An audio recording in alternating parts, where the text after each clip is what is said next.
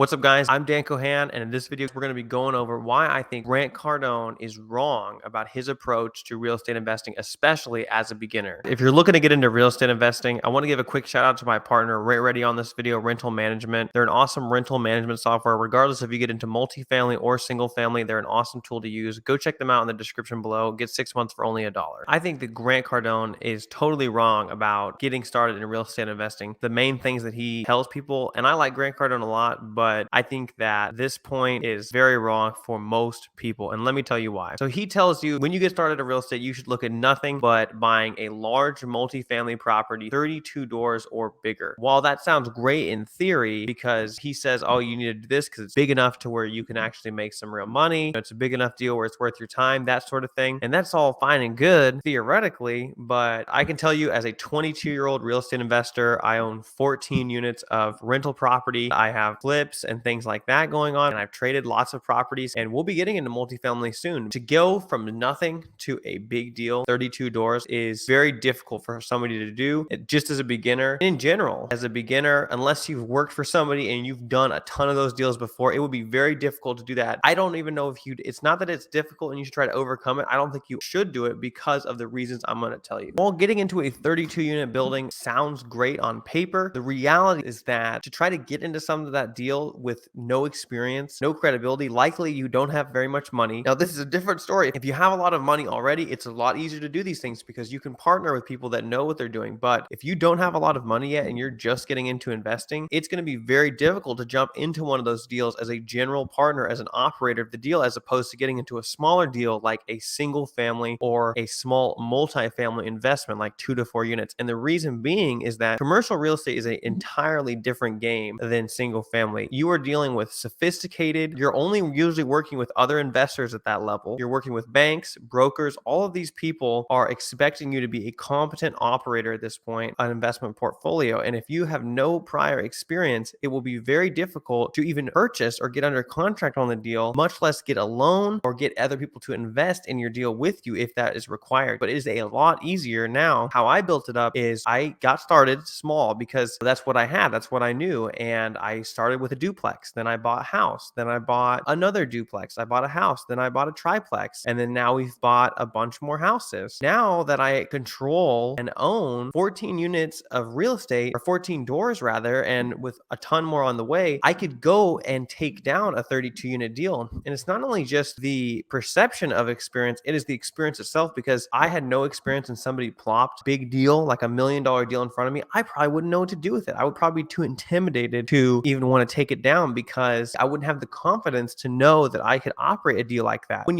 you build up small, scale up. This is generally, there's nothing wrong with starting small and working up, because doing that, you build confidence when you're investing. 2 doors to 3 to 4 to 5 to 9 to 14. It's relatively the same. It's like, oh, okay, I can manage 10 plus doors. What's another 10, 20 doors on top of this? It's all the same processes. You sharpen these skills up. You know how to get tenants. You know how to manage property, work with contractors, all these skills you build up. It's an exponential growth curve. It takes a long time. I've only been investing for 2 years, and in this time, I have become a very seasoned investor, and I have a ton to learn. Don't get me wrong. It goes very fast. I bought my first deal. I didn't buy another deal for 8 months, and then the deal after that, I bought in 6 months, and then I bought another deal in about like a month after that, and then now we're buying multiple deals a month, and we'll keep continuing this exponential trajectory till we probably start investing in multifamily. But it has been a process, a learning experience to get there. Going out and trying to only look for a multifamily property is going to shoot yourself in the foot. And I think really what it is, and why Grant Cardone tells you to do this, is because I think that his stuff is good. His funds are great. If you want to be a limited partner, my dad invests heavily in them. I think he's a legitimate guy, but I think really what it is, a tool to scare people into not getting into multifamily themselves and instead becoming a limited partner and making decent returns, but a lot worse than you can if you do it yourself and just investing in his fund. Because going cold and trying to buy a large multifamily property is a very intimidating thing, and you can